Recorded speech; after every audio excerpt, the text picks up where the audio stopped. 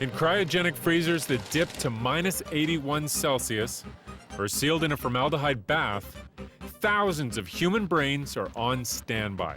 To be able to understand how the brain is organized or how it can be affected in different illnesses, we need to have access to actual brain tissue. What sets the Douglas Bell Canada Brain Bank apart from others in the country is the types of brains they study. They hold the clues to an agonizing mystery. This is the only brain bank in Canada to preserve brains of people who had psychiatric illnesses.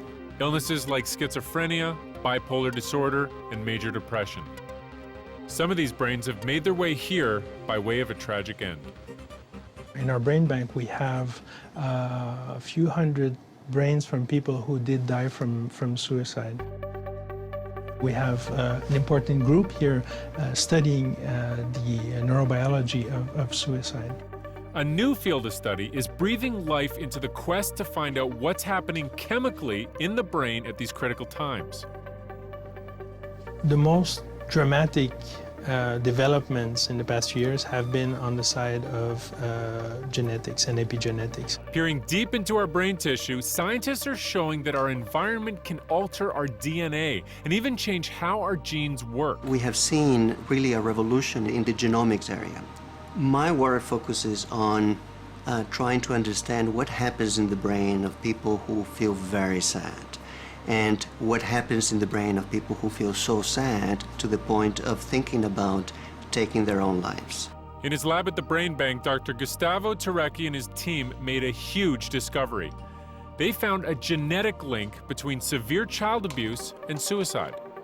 There's plenty of evidence that suggests that individuals who were maltreated, abused during childhood, are at an increased risk of dying by suicide. What we found was that this maltreatment during childhood leads to changes in the genome. Changes that leave traces on our DNA.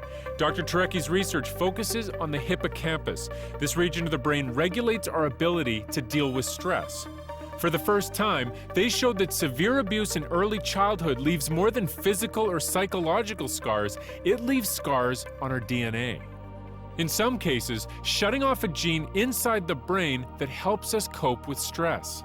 A potentially fatal formula for someone who battles severe depression. Most of the people who died by suicide were depressed at the moment in which they took their own lives.